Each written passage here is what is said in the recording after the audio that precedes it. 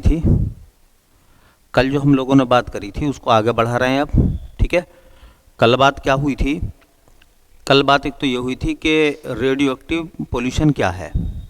तो कुछ पदार्थ ऐसे होते हैं जो अपने अंदर से स्वतः अल्फा बीटा गामा किरणें उत्सर्जित करते हैं, और इन किरणों से जो दुष्प्रभाव पैदा होता है उसे रेडियोधर्मी प्रदूषण कहते हैं। ये प्रदूषण भी है रेडियोधर्मी और ये प्रदूषक भी है। ठीक है, फिर दूसरी बात ये आई थी कि इनके स्रोत क्या है। तो स्रोत परमाणु भट्टियाँ हैं, नाभिकीय रिएक्टर, परमाणु बम है, उनसे इस प्रभाव पड़ता है। और जहाँ से उत्खनित होते हैं, निकलते हैं मतलब ज़मीन से, वहाँ भी इनका प्रभाव देखा जाता है। कुछ प्रभाव हम ये भी कह सकते हैं जो अपशिष्ट कचरा है उसकी वजह से भी ऐसा हो सकता है। ठीक है, फिर हमने बात करी थी कि कैसे फैलता है। तो फैलने के बारे में मैंने बताया था कि सबसे पहले ये रेडिएशन एयर में जाता है, एयर में ठंडा होता है, हाँ ठंडा होता है, और ठंडा होने के बाद लिक्विड फॉर्मेट में पहुंचता है, फिर उसके बाद ठोस में हो जाता है छोटे छोटे कणों के रूप में। बरसात जब होती है तो मिट्टी में मिल जाता है, मिट्टी से ये हाँ पादप मतलब पौधों में आ जाता है, और उसके बाद इसके जो अंश हैं फिर वो ह्यूमन को इफेक्टिव करते हैं। ठीक है, तो उसके बाद देखेंगे जो रेडियो धर्मी प्रदूषण है उसका प्रभाव क्या है। रेडियोधर्मी प्रदूषण का प्रभाव।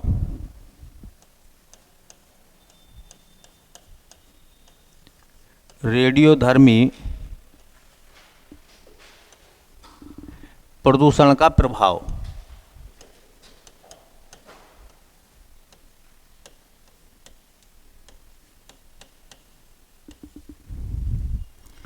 सबसे पहली बात तो ये है कि ये सबसे ज़्यादा खतरनाक प्रदूषण है। देखिए, यह सर्वाधिक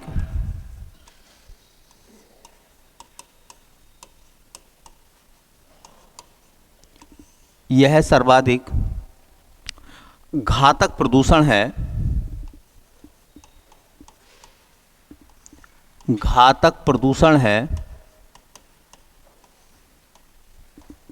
क्योंकि इसका प्रभाव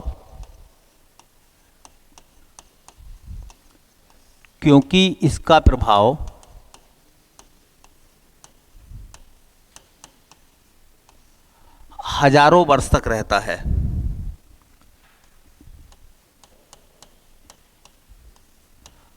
हजारों वर्ष तक रहता है।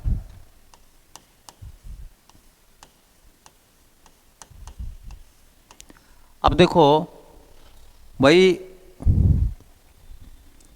6 अगस्त और 9 अगस्त 1945 को हिरोशिमा नागासाकी पर बमबारी की गई थी, और तब से लेकर अब तक जापान के उस एरिया में बच्चे क्या होते हैं, अपंग पैदा होते हैं। तो इसका प्रभाव ऐसा नहीं है कि आज ही दिखाई देगा, इसके अंजाम हजारों वर्षों तक हमें भुगतने पड़ते हैं। ठीक है, इसलिए बोला गया है कि प्रदूषण एयर पोल्यूशन हो, चाहे मृदा प्रदूषण हो, जल प्रदूषण हो, ध्वनि प्रदूषण हो, वायु प्रदूषण हो, किसी प्रकार का प्रदूषण हो, इन सबसे ज़्यादा खतरनाक कौन सा है। क्वेश्चन बन जाएगा कि बताओ इनमें से कौन सा प्रदूषण सर्वाधिक घातक है या सर्वाधिक खतरनाक है। तो कौन सा बोलोगे? रेडियो धर्मी प्रदूषण। अब बात करते हैं हजारों साल तक प्रभाव रहता है, तो इसका क्या क्या प्रभाव रहता है। देखिए, इससे क्या हो सकते हैं? इससे होते हैं चर्म रोग,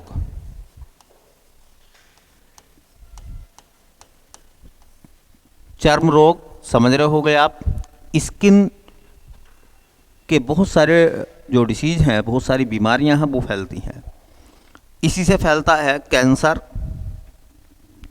कैंसर के कई सारे प्रकार होते हैं।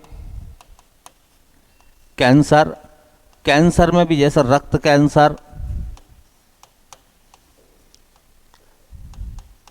जो रक्त कैंसर होता है उसे ल्यूकीमिया कहते हैं, है ना। ऐसे ही बोन कैंसर, अस्थि का कैंसर,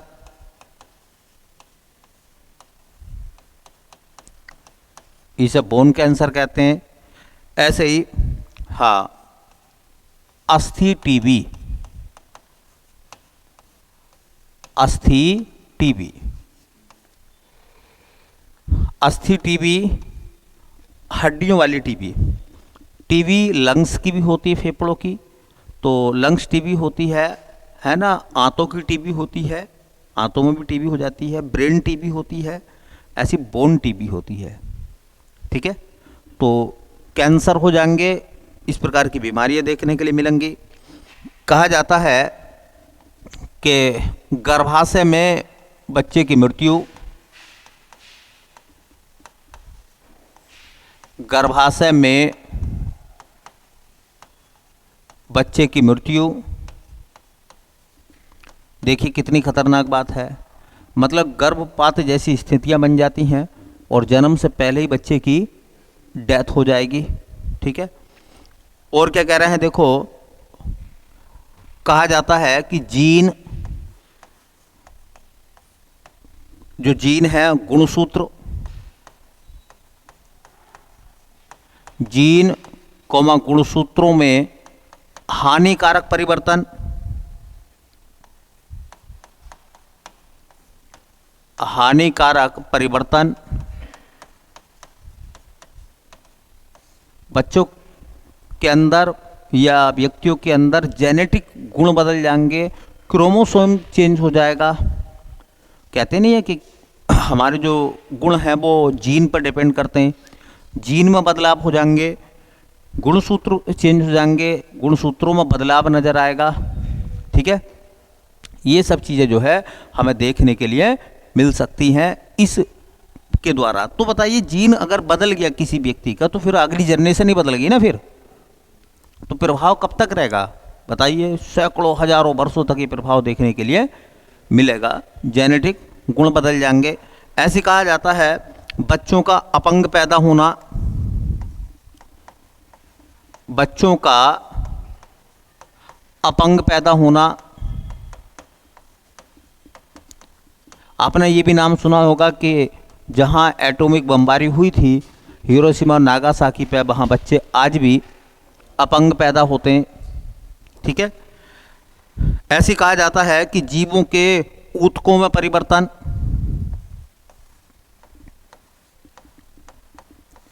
जीवों के ऊतकों में परिवर्तन, तो ऊतक में परिवर्तन तो ऑटोमेटिक हो जाएगा क्योंकि जीन चेंज हो गए। ठीक है, आनुवांशिक गुणों में परिवर्तन, आनुवांशिक गुणों का वाहक कौन होता है? जीन ही होते हैं। ठीक है, तो जीन अगर बदल गए हैं तो आनुवांशिक गुणों में परिवर्तन,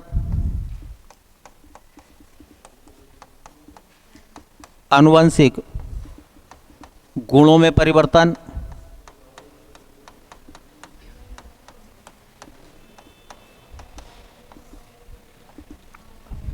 तो ये सब चीज़ें देखने के लिए मिल सकती हैं।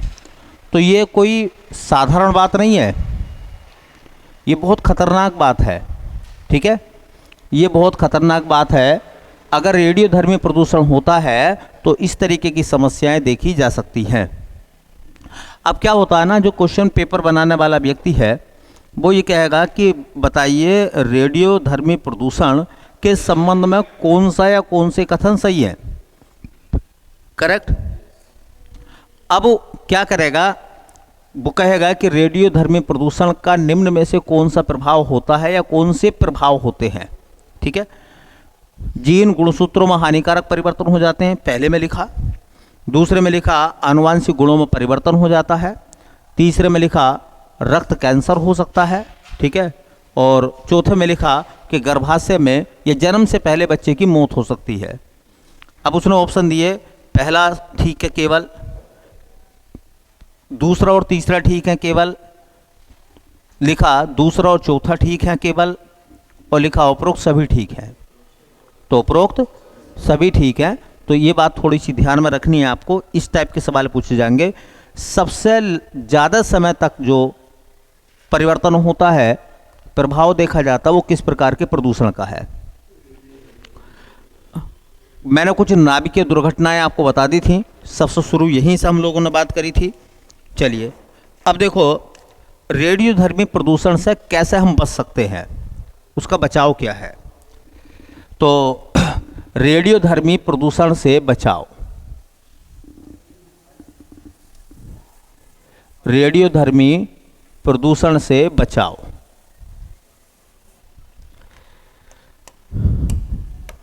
रेडियोधर्मी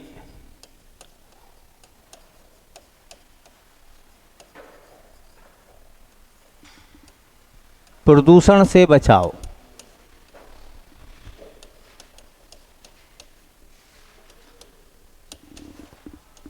इनको भी देखें इस तरीके की बातों को। रेडियोधर्मी प्रदूषण से बचाव क्या हो सकता है। रेडियोधर्मी प्रदूषण से कैसे हम लोग बच सकते हैं। सबसे पहली बात तो यही है कि अगर आप एटॉमिक एनर्जी का इस्तेमाल कर रहे हैं तो सावधानी पूर्वक करें। क्यों भाई, अगर आप परमाणु ऊर्जा बना रहे हैं तो परमाणु ऊर्जा बनाते समय ख्याल रखें कि जो रेडिएशन है वो एयर में ना पहुंचे। अगर रेडियोधर्मी धातुओं का उत्खनन कर रहे हैं तो भी इस बात का ध्यान रखें कि रेडिएशन एयर में ना पहुंचे। तीसरा, युद्ध से बचें और परमाणु बम जैसे हथियारों का इस्तेमाल ना करें। भाई एक तो बचाव ये हो गए, ठीक है। और क्या क्या बचाव हो सकते हैं, देखिए। किसी भी तरीके से हो रेडियो एक्टिव विकिरण को रोका जाए। रेडियो एक्टिव रेडिएशन या विकिरण, रेडियो एक्टिव विकिरण को रोका जाए, को रोककर। देखो अगर ये एयर में अगर पहुंच गया तो फिर इसके अंजाम भुगतने ही पड़ेंगे आपको। भाई जब ये एयर में पहुंच जाएगा रेडिएशन तो फिर इसके अंजाम आपको भुगतने ही पड़ेंगे। इसका मतलब ये है कि किसी भी तरीके से इसको एयर में ना पहुंचने दिया जाए, क्योंकि फिर हवा के द्वारा एक स्थान से दूसरे स्थान तक भी चला जाएगा रेडिएशन, ये तो वहाँ पहुँचे ही नहीं। पहली बात तो कैसे नहीं पहुँचेगा, सावधानी बरतें। अगर रेडियोधर्मी पदार्थों का उत्खनन कर रहे हैं, यूरेनियम का, थोरियम का, रेडियम का, तो ख्याल रखें कि वो रेडिएशन बाहर न लीक हो। दूसरी बात, नाभिकीय रिएक्टर से परमाणु बिजली आप बना रहे हैं, सावधानी पूर्वक बनाइए। आनन फानन में काम ना करिए कि वो रेडिएशन बाहर ना जाए। तीसरी बात, युद्ध से बचें और युद्ध के हालातों में कभी भी एटम का इस्तेमाल ना करें। तो बताओ रेडिएशन से आप बच सकते हैं नहीं बच सकते। फिर भी ये कहा जाता है, देखिए अगर रेडिएशन हो जाता है तो क्या करें। भाई एक तो बात ये हो गई कि ना हो, और एक हो जाती बात कि हो जा तो क्या करें। तो पोटेशियम आयोडाइड की गोलियों का सेवन, पोटेशियम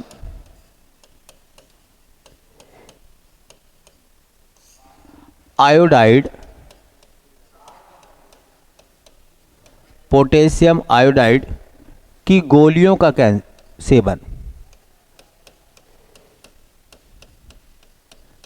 की गोलियों का सेवन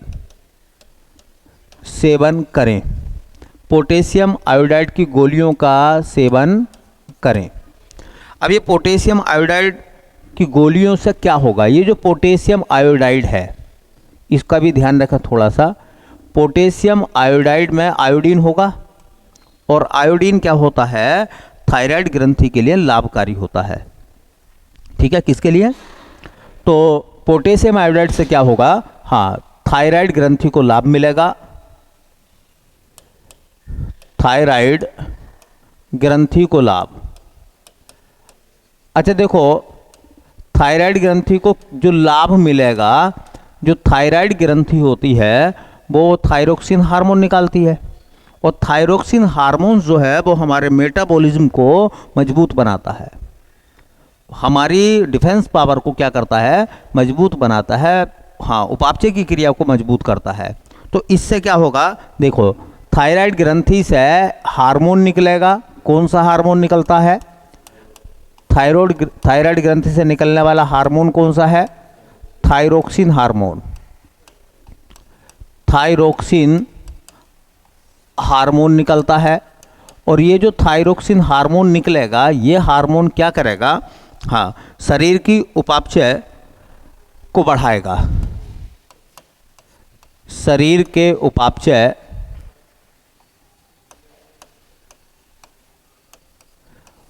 में दोनों क्रियाएं होती हैं, उपचय और अपचय। चीज़ें टूटती भी हैं और बनती भी हैं। उपापचय को मेटाबॉलिज्म कहते हैं। उपापचय को बढ़ाता है, को बढ़ाएगा। अब देखो कितना ध्यान से आपको सुनना है कि रेडियोधर्मी प्रदूषण से कैसे बचा जाए। तो सबसे बड़ी बात यह है कि पोल्यूशन को रोका जाए।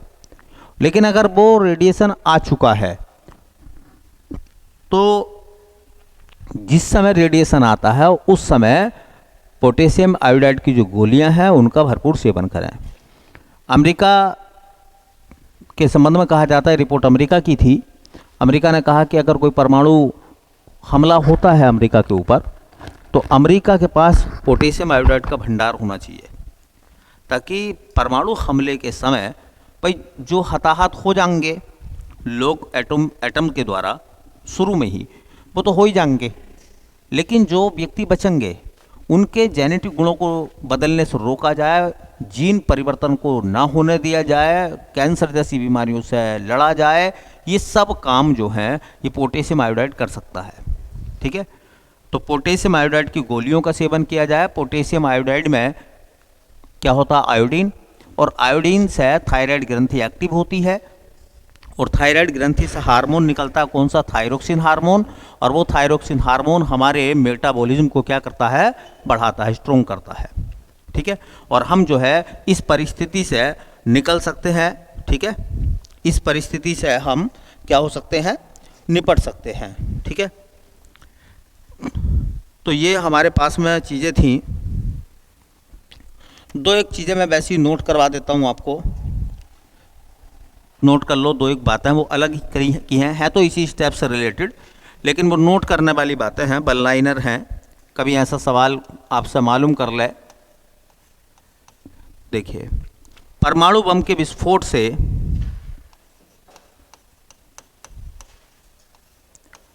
परमाणु बम के विस्फोट से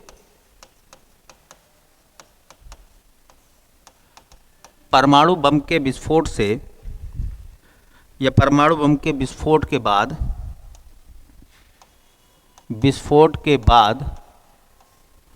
जो रेडियो एक्टिव पदार्थ के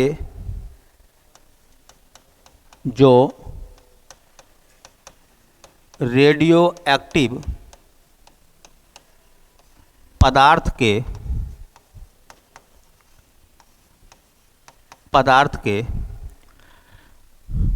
कण कह दो या उसका चूर्ण कह दो, चूरा है ना, पृथ्वी पर गिरता है या पृथ्वी पर गिरते हैं,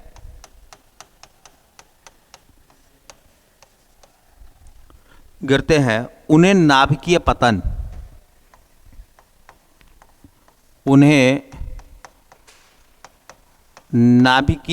कहते हैं।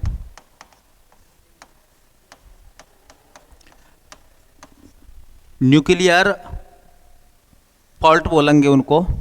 तो ये सवाल आ सकता है कि नाभिकीय पतन किसे कहते हैं। तो जैसे एटम बम होगा ना, उसमें जब ब्लास्ट होगा तो ये जो रेडियो एक्टिव पदार्थ होंगे, इनके जो छोटे छोटे कण होंगे, वो जब जमीन पर गिरते हैं तो उसको हम क्या कहते हैं, नाभिकीय पतन कहते हैं। एक तो आप ये याद रखें। भारत में सर्वाधिक रेडियो प्रदूषण कहाँ होता है? भारत में सर्वाधिक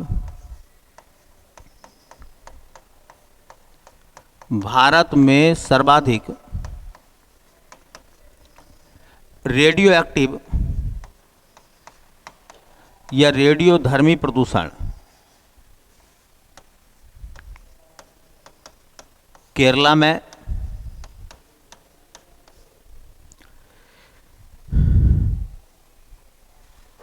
ठीक है। तो ये बातें थी।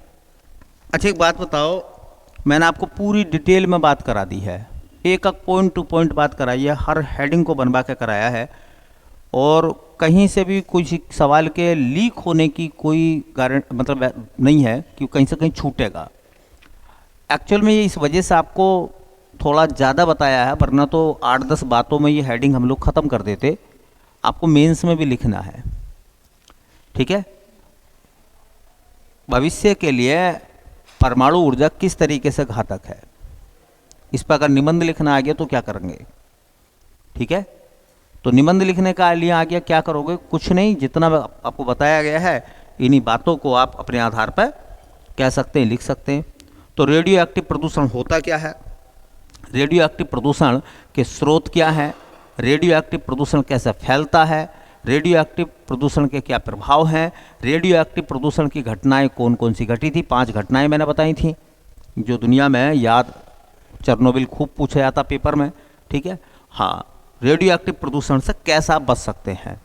तो मैं समझता हूँ कि अगर आपने अच्छे से पढ़ लिया है ना, तो 2 मिनट में आप पूरे का रिवीजन भी कर सकते हैं, ठीक है। हेडिंग आपको याद होनी चाहिए, उसके बाद रिवीजन में सब खास खास बात आप कह सकते हैं, ठीक है। चलिए, तो 2 प्रदूषण हो गए प्रकार उनके। एक हमने कर लिया कौन सा, विकिरण वाला गैसीय प्रदूषण, भोपाल गैस त्रासदी वाला, और एक पर पढ़ लिया हमने रेडियो एक्टिव प्रदूषण। एक हम प्रदूषण पढ़ेंगे बेटा, हाँ, उसे कहते हैं, हाँ, उसे कहते हैं ध्वनि प्रदूषण। ध्वनि प्रदूषण,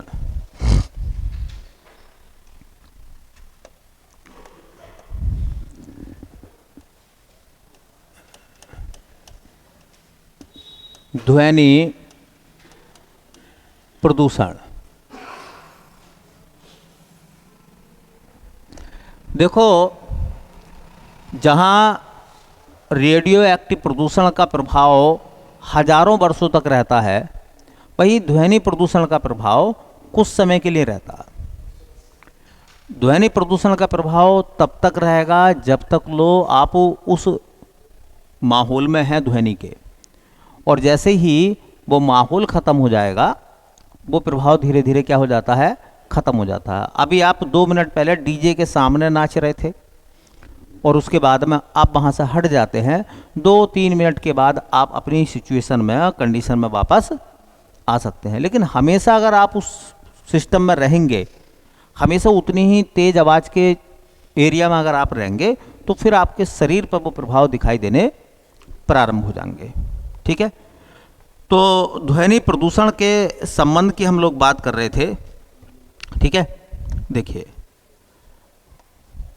भाई, सबसे पहली बात यह है कि ध्वनि क्या है। तो ध्वनि एक प्रकार की ऊर्जा है, ध्वनि एक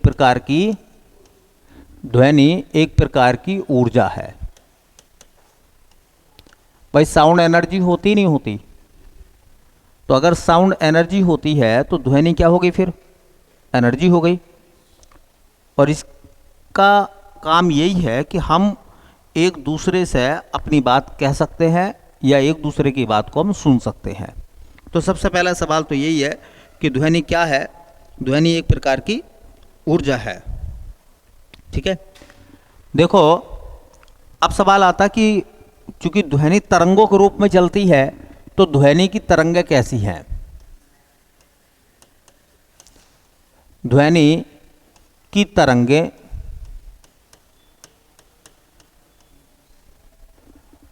यांत्रिक होती हैं,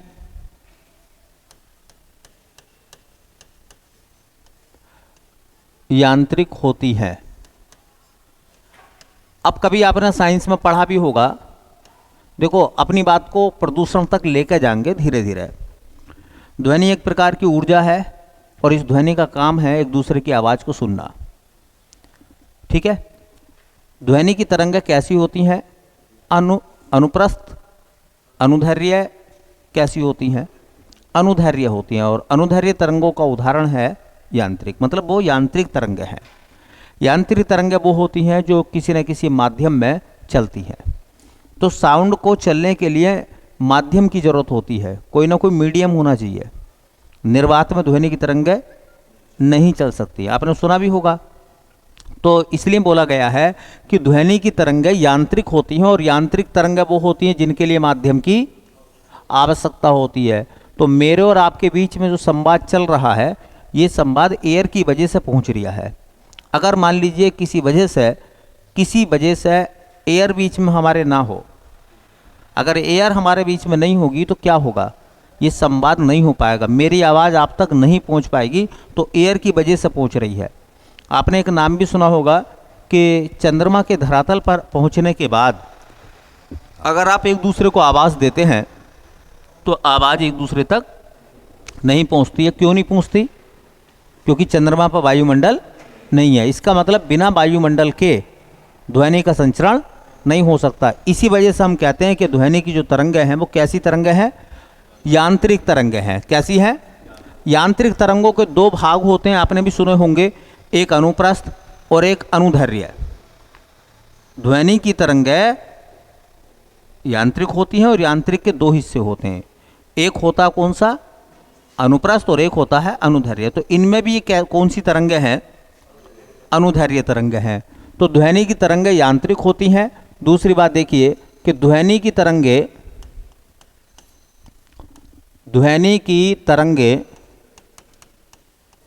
अनुदैर्घ्य होती हैं, अनुदैर्घ्य होती हैं। अनुदैर्घ्य तरंगों के बारे में आपने सुना होगा। अनुदैर्घ्य तरंगों के बारे में आपने सुना होगा कि ऐसी तरंगें, हाँ, जिनमें माध्यम के कण तरंग संचरण की दिशा के समानांतर कंपन करते हैं, ऊपर नीचे नहीं करते, लंबवत नहीं करते, बल्कि समांतर कंपन करते हैं, उनको हम क्या कहते हैं? अनुदैर्घ्य। तो ध्वनि की तरंगें कैसी तरंगें हैं?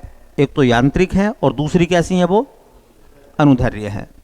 आपने देखा होगा कि ध्वनि, हाँ, श्रव्यता के आधार पर ध्वनि के 3 प्रकार हैं। श्रव्यता का मतलब होता सुनना। श्रव्यता के आधार पर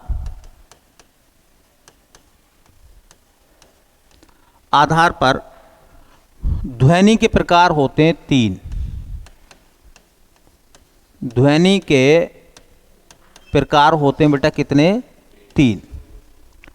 श्रव्यता के आधार पर ध्वनि के 3 प्रकार होते हैं। 3 प्रकार कौन कौन से होते हैं? पहला प्रकार होता है अपश्रव्य तरंगे। अपश्रव्य तरंगे, इनको कहते हैं इंफ्रासोनिक वेव्स। Infrasonic waves. हम पॉल्यूशन तक पहुंचना चाह रहे हैं, प्रदूषण तक हम लोग पहुंचेंगे, लेकिन अभी पहले नॉर्मल बातचीत कर रहे हैं हम साउंड के संबंध में, क्योंकि यहाँ से भी क्वेश्चन पूछे गए हैं। तो सोच रहे हैं कि थोड़ा सा साउंड की बात चल रही है तो थोड़ी सी साउंड की बात को अच्छे से देख लिया जाए। ठीक है? तो एक होती हैं अपश्रव्य तरंगे। अपश्रव्य तरंगों के बारे में कहा जाता कि इनकी तरंगदैर्घ्य, इनकी तरंगदैर्घ्य 20 हर्ट्ज से, या इनकी जो आवृत्ति होती है, सॉरी, इनकी आवृत्ति 20 हर्ट्ज से कम होती है।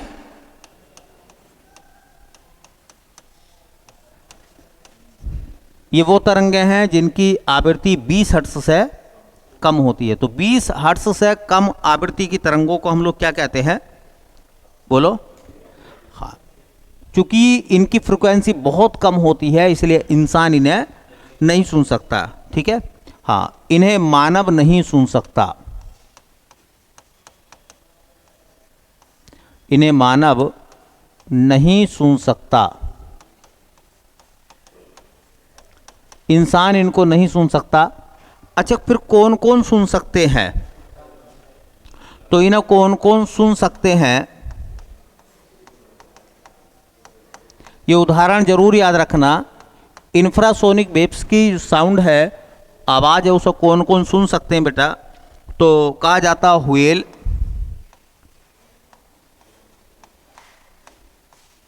व्हेल इसी के आधार पर छोटी मछलियों का शिकार करती है। हाथी, गैंडा, राइनो सुन सकता है इसको। और राइनो के बारे में तो कहा जाता है कि राइनो 5 हर्ट्ज तक की तरंगें उत्पन्न भी करता है और सुन भी सकता है। ठीक है, तो राइनो के बारे में कहा जाता है कि यह 5 हर्ट्ज तक की तरंगें उत्पन्न कर सकता है, वह सुन सकता है।